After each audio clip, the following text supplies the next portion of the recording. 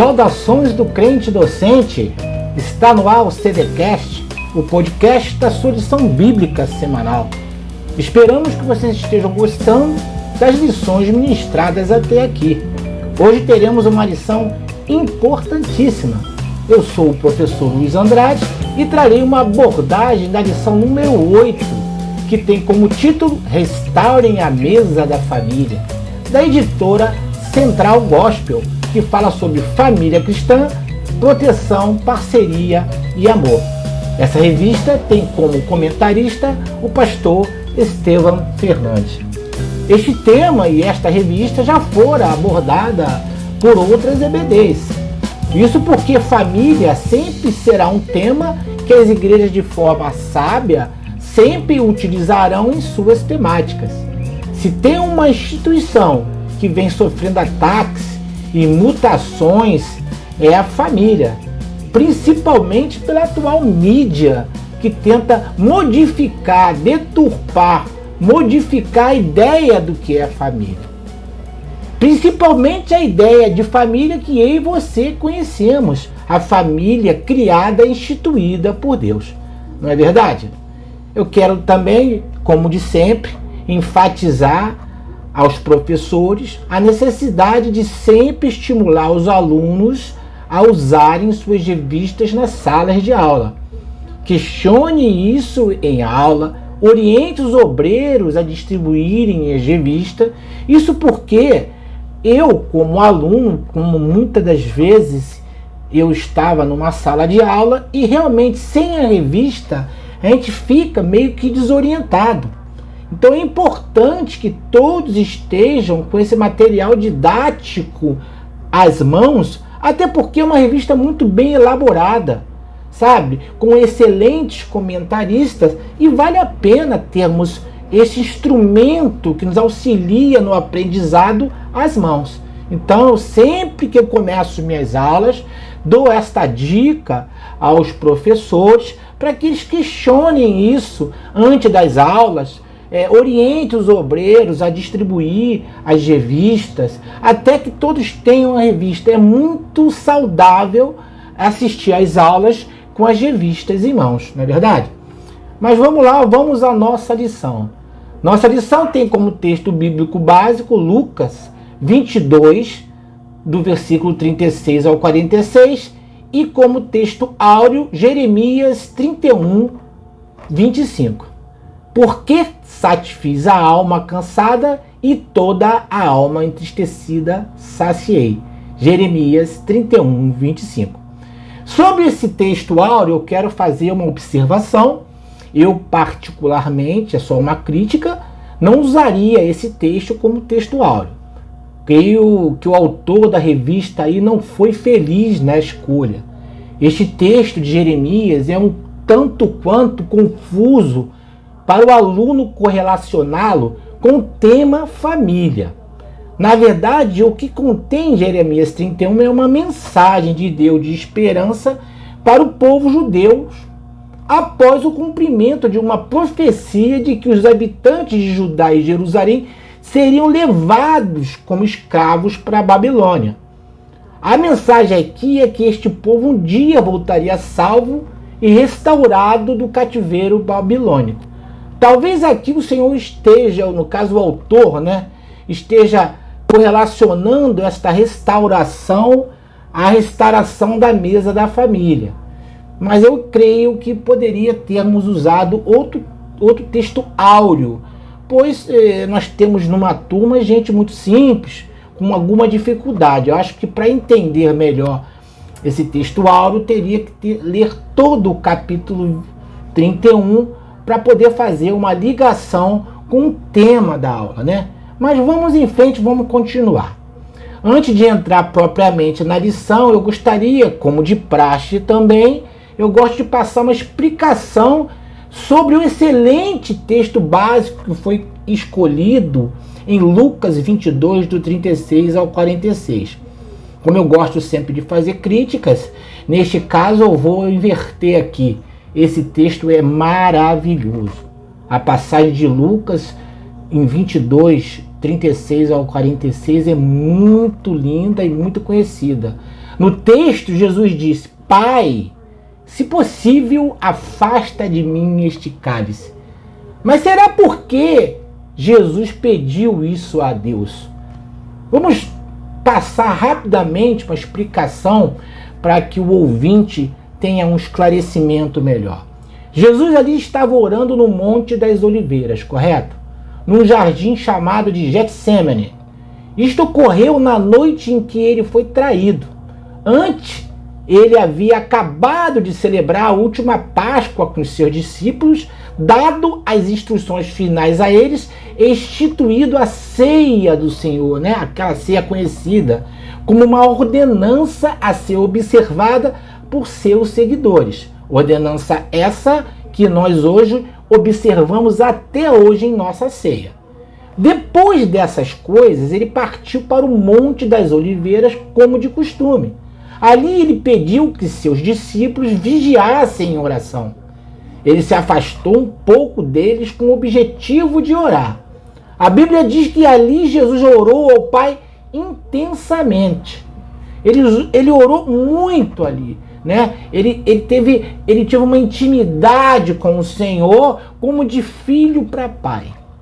Naquele momento ele estava experimentando um estado de agonia tão extremo que até o seu suor, segundo a palavra de Deus, se transformou em gotas de sangue.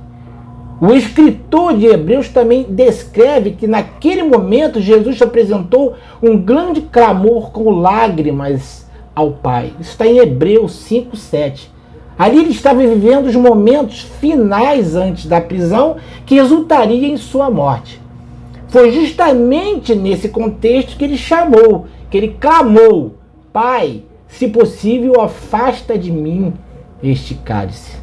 Ao dizer, Pai, se possível, afasta de mim este cálice, Jesus demonstrou estar apavorado com a terrível experiência iminente ao qual se submeteria.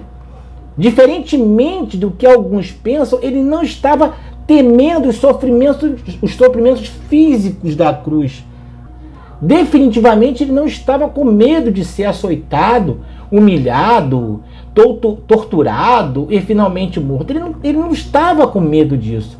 O que deixava Jesus horrorizado a ponto de pedir: Pai, se possível, passa de mim este cálice, era a expectativa de ter de suportar todo o peso, vamos dizer que, da ira de Deus.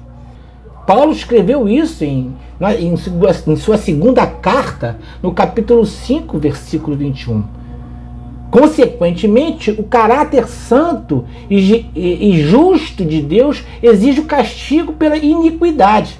A Bíblia diz que Deus é tão santo e puro que seus olhos não suportam contemplar o mal. Abacuque 1,13. Dessa forma, Jesus teria de enfrentar a morte sabendo que estaria completamente abandonado da presença misericordiosa e amorosa do Pai. Todo o cálice da maldição divina por causa do pecado estava prestes a ser derramado sobre ele, naquela cruz do Calvário. Ali haveria de experimentar todo o horror do inferno para redimir seu povo, fazendo essa analogia, né? Na cruz ele não gritou: meu Deus, está doendo. Ele não gritou isso, nem mesmo disse: meu Deus, eu não quero morrer, me tira daqui. Mas seu grito foi: meu Deus, por que me abandonaste? Mateus 27, né? Esse grito de angústia revela o extremo amargor do cálice que lhe foi dado a tomar. Espero que essa explicação faça parte da nossa lição, apesar de não haver isso no contexto da lição, né? Vamos voltar então à lição? Nossa lição ela tem 3 objetivos. Eu vou abrir aqui na revista, né? 3 objetivos. Nossa lição tem 3 objetivos muito importantes.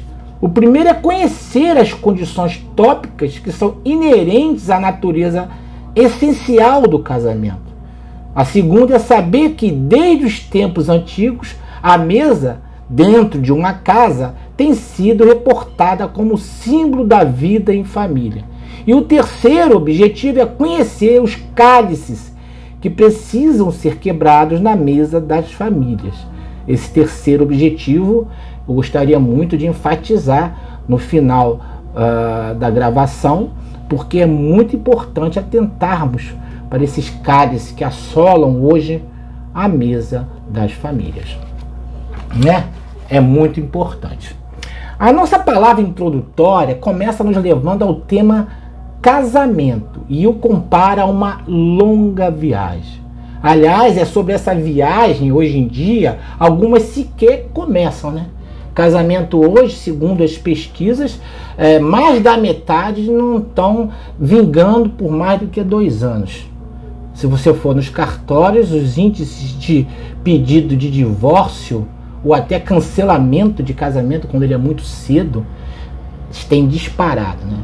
Mas o que será que faz o casamento ser comparado a uma longa viagem, né? Eu li um pensamento na internet muito interessante sobre a viagem no casamento. Ele diz o seguinte: o casamento é como uma longa viagem em um pequeno barco a remo. Se um passageiro começa a balançar o barco, o outro terá que estabilizá-lo. Caso contrário, os dois afundarão juntos. Muito bonito, né? Acredito que dentro desse barco deve acontecer situações inerentes a um casamento. Situações que devem fazer o barco balançar e poderá fazê-lo virar e todos se afogarem. Nossa revista fala em 4 situações que equilibram esse barco e o faz seguir em frente nesta jornada que é o casamento, né? A primeira é a convivência. É na convivência diária que aprendemos um com o outro. Não queira você pensar que do dia para a noite você irá saber tudo de seu cônjuge. Isso é impossível. Na convivência, um conhece o outro mais a fundo. Conhece do que gosta e do que não gosta.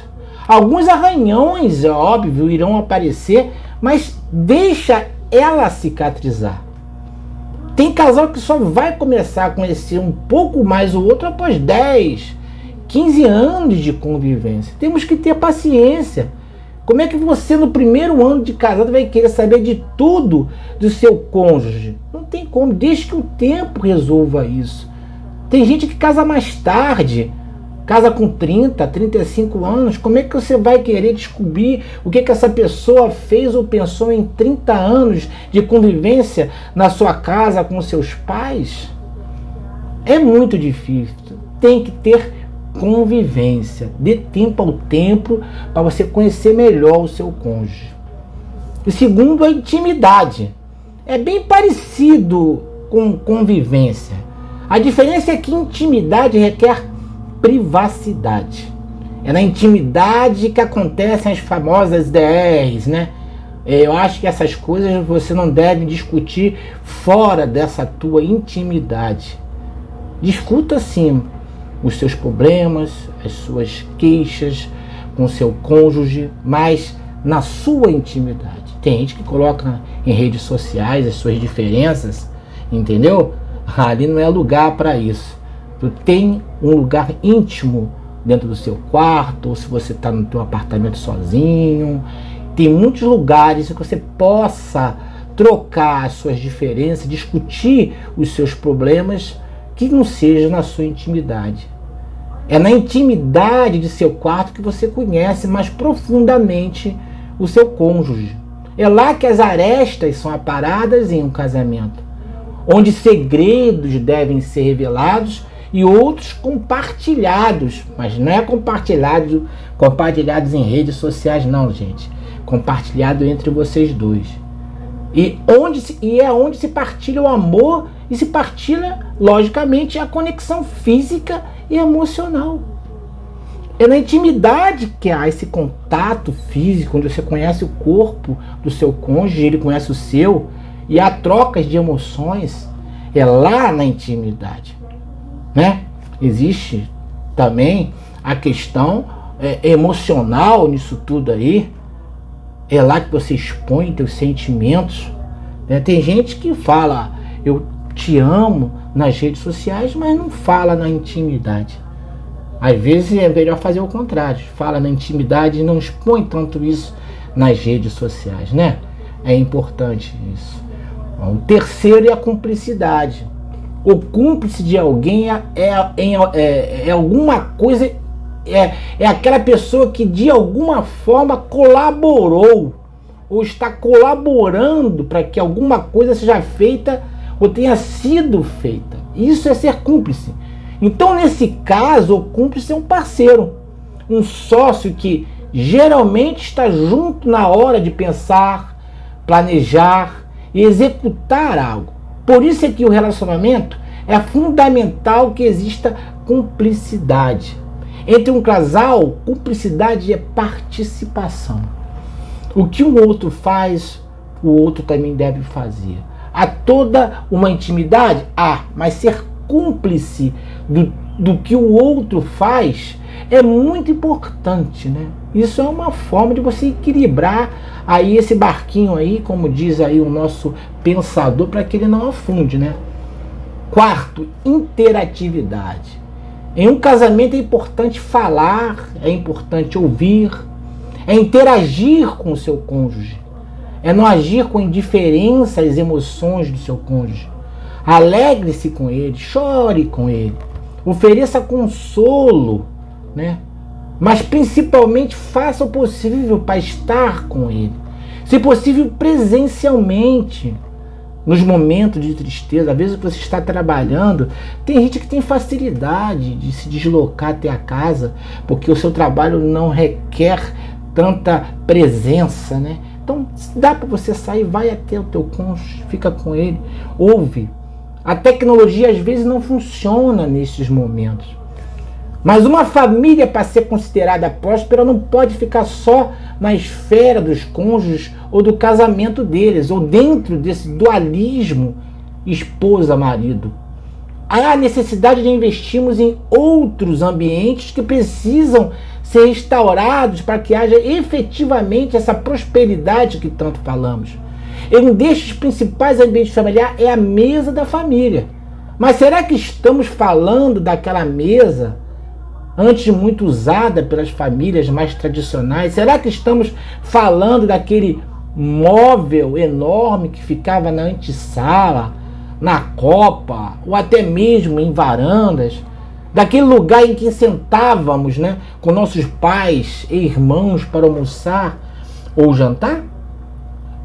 Sim, estamos falando um pouco desse utensílio doméstico, né, dessa mesa, já que em tempos modernos esse utensílio quase não tem sido mais usado. Essa que é a verdade, né?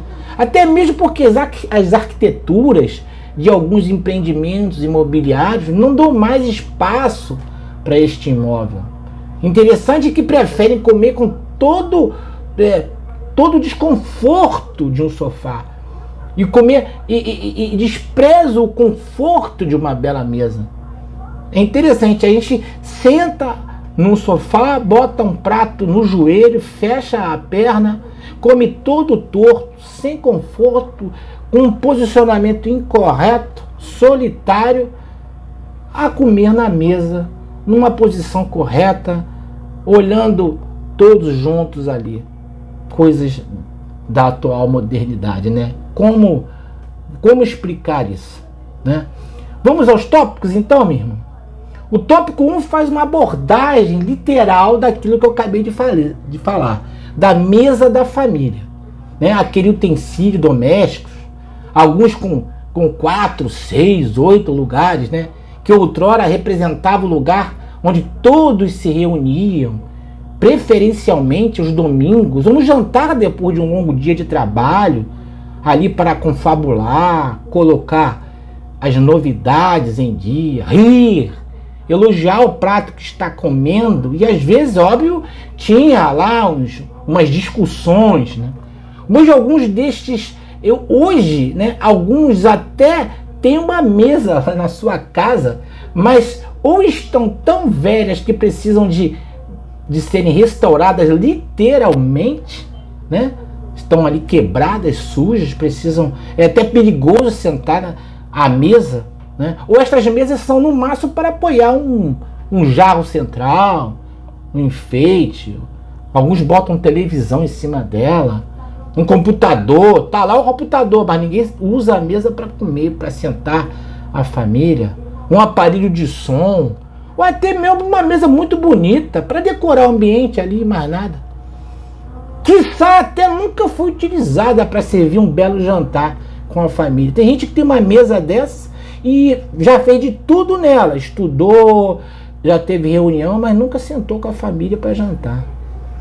A nossa sociedade está cada vez mais focada no individualismo. Essa é que é a verdade, né? No isolamento social. Se você tem uma cama, um sofá, uma geladeira, um micro-ondas, pronto, já tá bom. Já é o suficiente para se viver. Até porque comprar uma bela mesa de jantar não está nada barata, né? Tem mesas aí que estão muito caras, essa que é a verdade. Na verdade, a mesa é muito mais que um objeto, pessoal. Às vezes esquecido lá no canto da sala ou da copa. Estamos falando de uma outra mesa, da mesa familiar, daquele lugar onde já não se vê em mais comunhão. Pelo contrário, o que vemos nessa mesa são cálices, como diz a revista. Muitos cálices que precisam ser quebrados, né? E pedimos para Deus, como fez o próprio Senhor, para nos afastar destes cálices. Não temos força para quebrar esses cálices e restaurar essa nossa mesa. No tópico 2, né? Aliás, é no tópico 2 que falamos desta mesa. De uma mesa onde a família se senta somente, na verdade, para discutir, para brigar, para se humilharem. Essa mesa está cheia de cálices, transbordando de sentimentos que só fazem a família ser destruída. Nossa lição fala em 6 cálices, mas acredito que dezenas de outros cálices com ressentimentos fazem parte desta mesa e que precisam ser quebrados. Como contido no texto bíblico básico, às vezes pedimos a Deus para nos afastar destes cálices, como eu disse antes, né? Estamos desesperados, não temos mais força. E a solução é pedir ajuda a Deus. O próprio Senhor Jesus, conforme diz o texto, como eu disse também, previa esse sofrimento, previa a sua dor, ele previa que o cálice seria amargo e pediu a Deus que o afastasse, que afastasse dele esse cálice. É importante saber que muitas vezes a palavra cálice, gente, é usada nas Escrituras no sentido figurado, hein? Nesse sentido, tomar um cálice significa suportar completamente certa experiência, seja ela favorável ou desfavorável. Desta forma, o cálice pode representar, por exemplo, tanto a ideia de salvação e bênção como de juízo e condenação. Por isso, frequentemente nos textos bíblicos, o cálice se refere à ira de Deus. Eu vou botar aqui alguns exemplos. Leiam o Salmo 75, versículo 8. Leia também Isaías 51, 17, fala sobre isso. Jeremias 25, do 15 ao 16. Né? Leiam e tenham uma ideia do que eu estou falando aqui de cálice. Mas a revista, a lição, fala em 6 cálices. Ela numera 6 cálices. Eu vou falar um pouquinho de cada cálice. Ela fala primeiro no cálice da indiferença. A indiferença na família pode ser tão fatal quanto a traição, ou mesmo falta de respeito ou agressão. Eu vou repetir, é verdade. A indiferença na família pode ser tão fatal quanto a traição, ou mesmo a falta de respeito ou agressão. Entendo ser a indiferença um mal moderno. Pode passar desapercebido, mas é como um soco no fígado de um pugilista, né? Aos poucos vai minando as forças do seu oponente, até que uma hora ele é derrubado. Estamos às vezes sentados à mesa com nossa família e não percebemos o semblante da nossa esposa, dos nossos filhos. Eles estão sofrendo e estamos ali indiferentes a este sofrimento e nem percebemos. Quantas mulheres sofrem, choram e seus cônjuges presos às suas preocupações com o dia a dia do trabalho, faculdade, seus problemas, e acabam ignorando o que está claro, né? Às vezes um olhar resolve, né? Uma conversa, mais ainda. E o pior, se somos indiferentes aos sentimentos dos nossos que estão ali próximos, eles também são indiferentes conosco. É a lei da semeadura, né? Aquilo que a gente plantar é o que colheremos, né? Quem planta maçã não vai colher manga. Irmãos, vamos para o segundo cálice aqui, que é o cálice da rejeição. Há feridas que não são vistas, mas que podem se alojar profundamente em nossa alma e conviver conosco pelo resto de nossas vidas. São as feridas emocionais, as marcas dos problemas vividos muitas vezes na sua infância, que determinam como será a nossa qualidade de vida quando estamos adultos. Uma das feridas emocionais mais profundas é a da rejeição, porque quem sofre com ela se sente rejeitado internamente, interpretando tudo o que acontece ao seu redor através do filtro da sua ferida, se sentindo rejeitado em situações em que na verdade não é. A rejeição pode ser reveladora de atitudes como o adultério do cônjuge, por exemplo, do egoísmo, do egocentrismo, do narcisismo do seu cônjuge.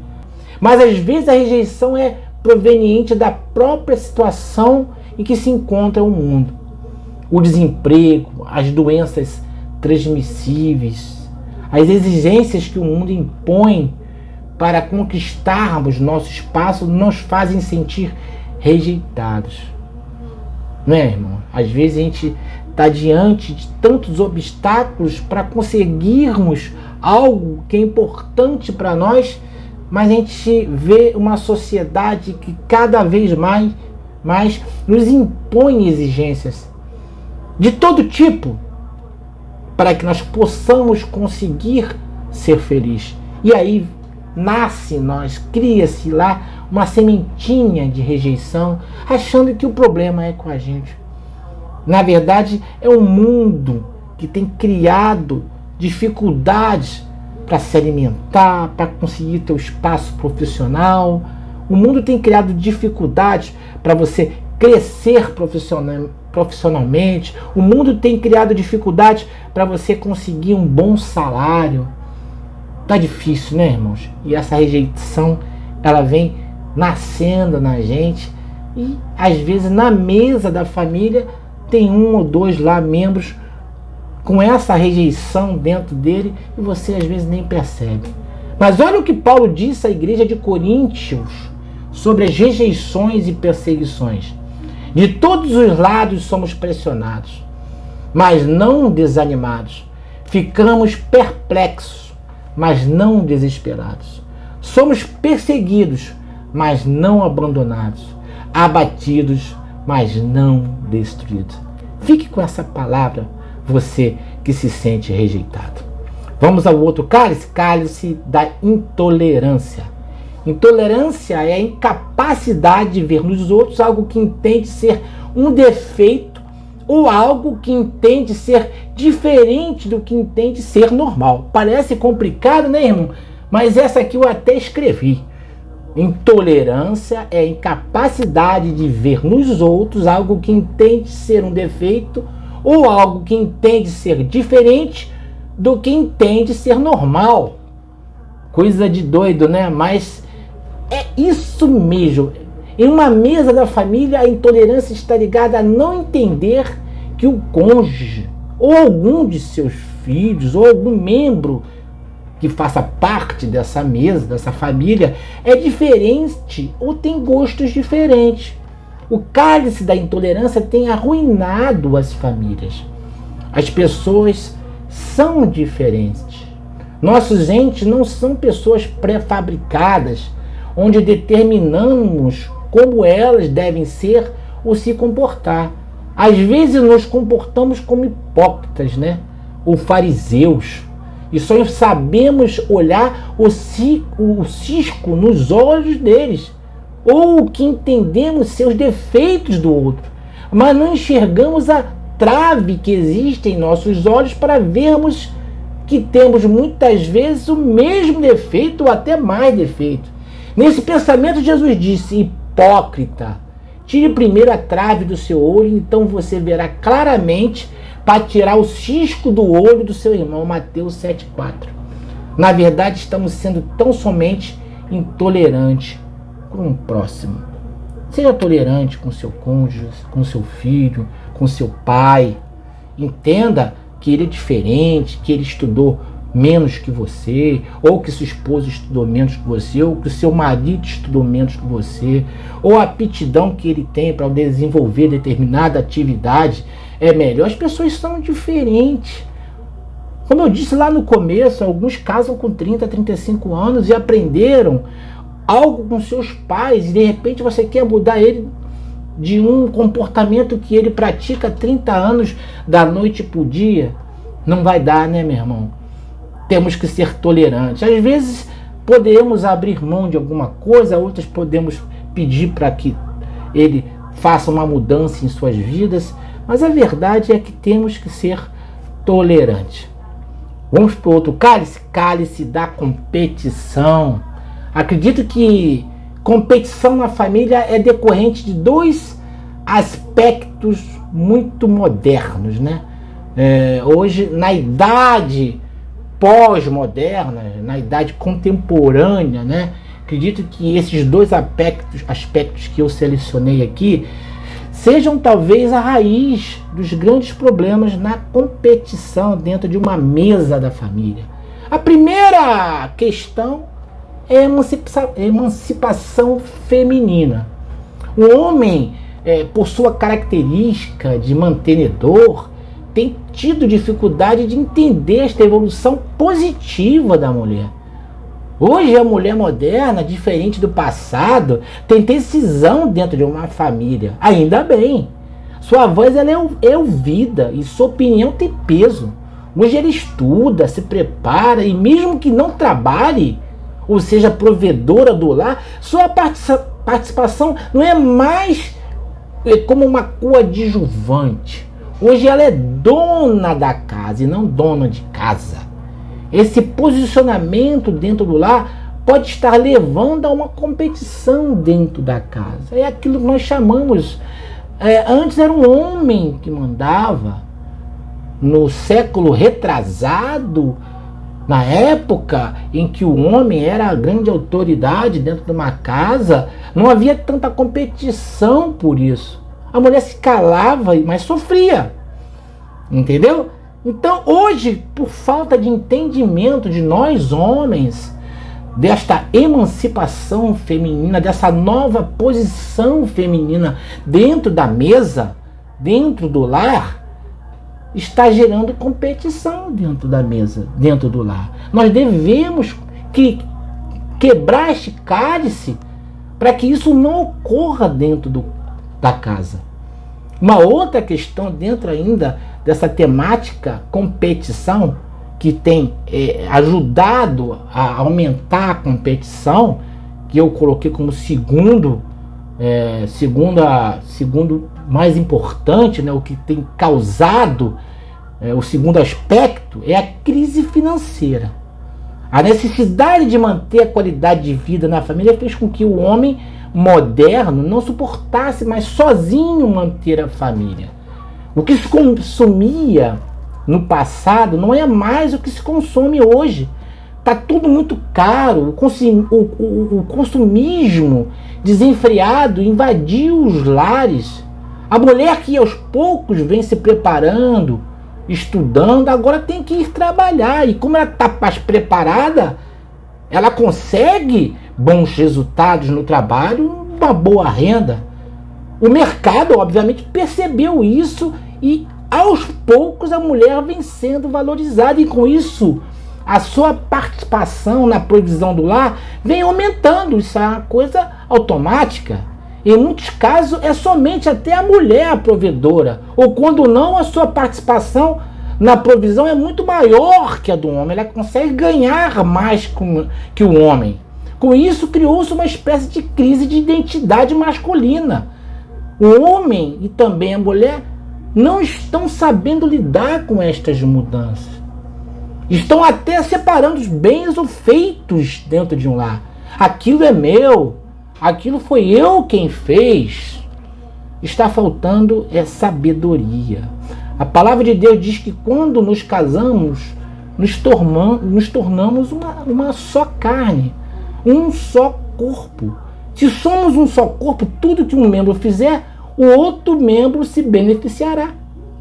A competição vem destruindo lares que têm tudo para serem prósperos. Um casal deve agir para ajudar um ao outro e caminharem juntos. A conquista é de todos. Temos que nos afastar deste cálice. Temos que quebrar este cálice. Cálice do individualismo exacerbado.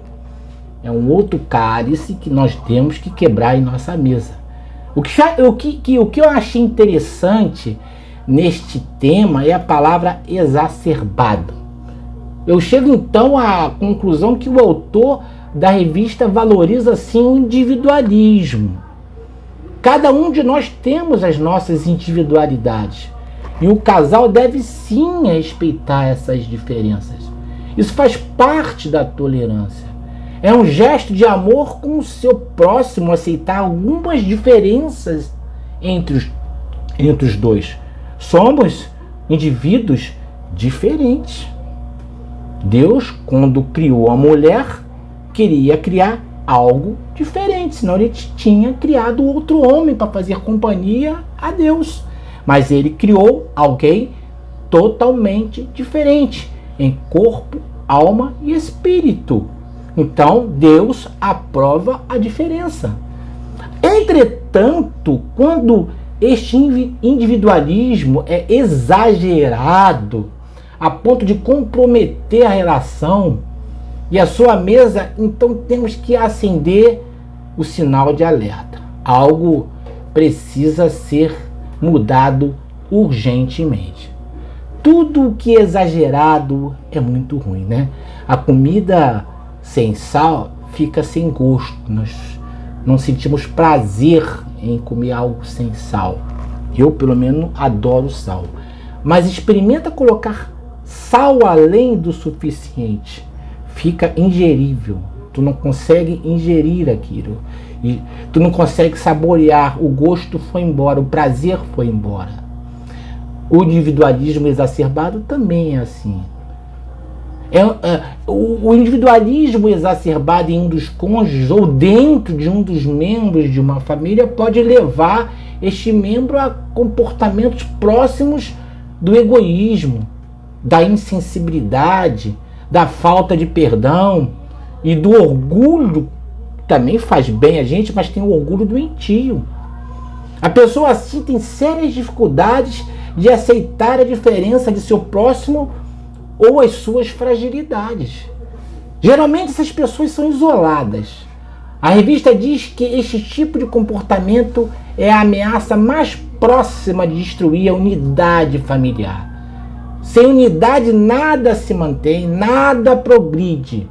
O cálice do individualismo exacerbado também tem destruído famílias. Peça a Deus para que o afaste deste cálice, né? O cálice da ingratidão. Quando amamos alguém do fundo do coração, é lógico que o que fazemos sem esperar nada em troca. Não queremos alguma retribuição por isso, pois o bem-estar desta pessoa é o que importa. Ver a alegria de uma criança e seu sorriso, por exemplo, quando damos a ela o que ela muito quer, já é gratificante, não é?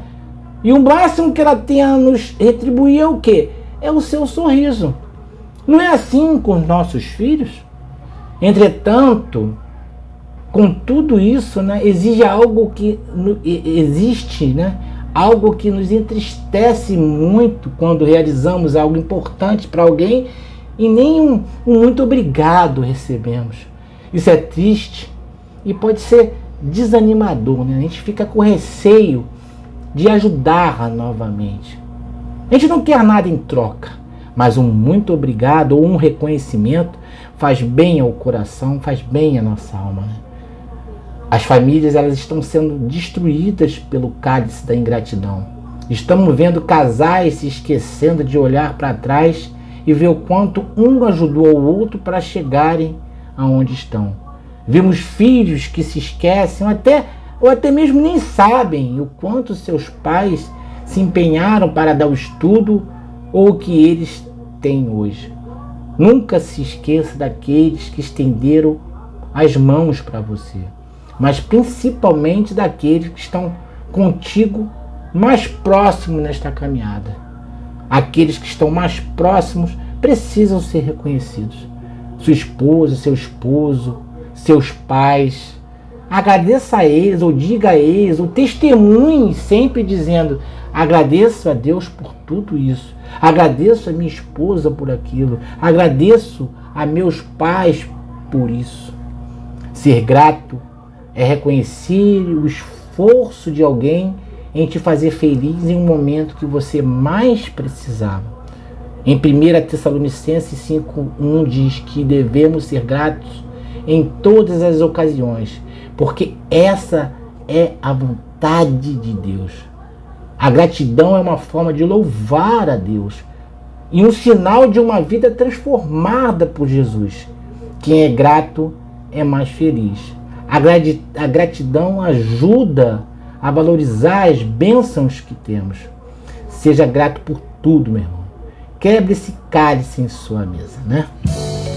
Gostaria de agradecer a todos pela audiência e pedir para que nos siga no Crente Docente, @CrenteDocente, no Instagram e no Facebook. E se inscreva, né?